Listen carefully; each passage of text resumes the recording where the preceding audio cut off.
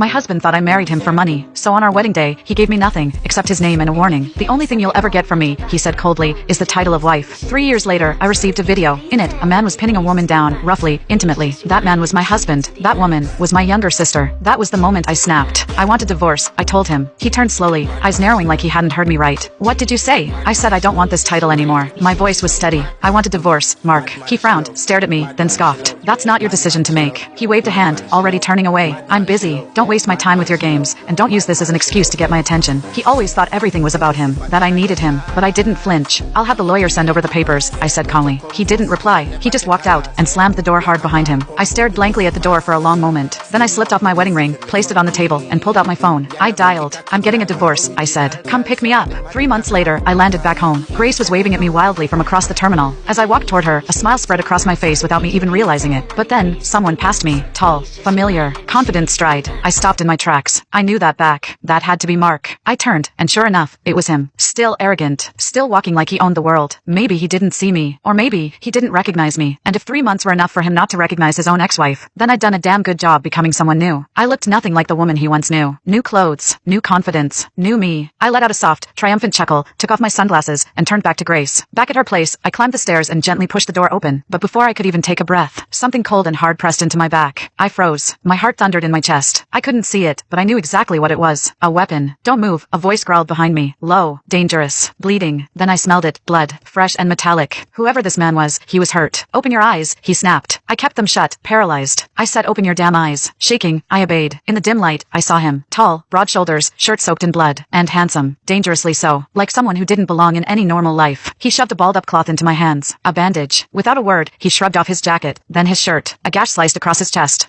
Sit down, I stammered. He did. Heavy, tense, eyes never leaving mine. I swallowed hard. Should I go get a first aid kit? Just do it, he growled. I leaned in and began wrapping the wound with trembling hands. He grunted, face twisting in pain, but he didn't stop me. Once I tied the bandage tightly, the silence returned. Until, ding dong, the doorbell shattered the stillness. I glanced at him. He didn't say a word, just quickly ducked out of sight. That was enough. I walked to the door cautiously, knowing full well he was still nearby, probably ready to shoot if I screwed this up. I opened it. Mark was standing there. He had followed me. From the airport. All the way here. He grabbed my hand. Come home with me, he said, voice breathless, eyes wild.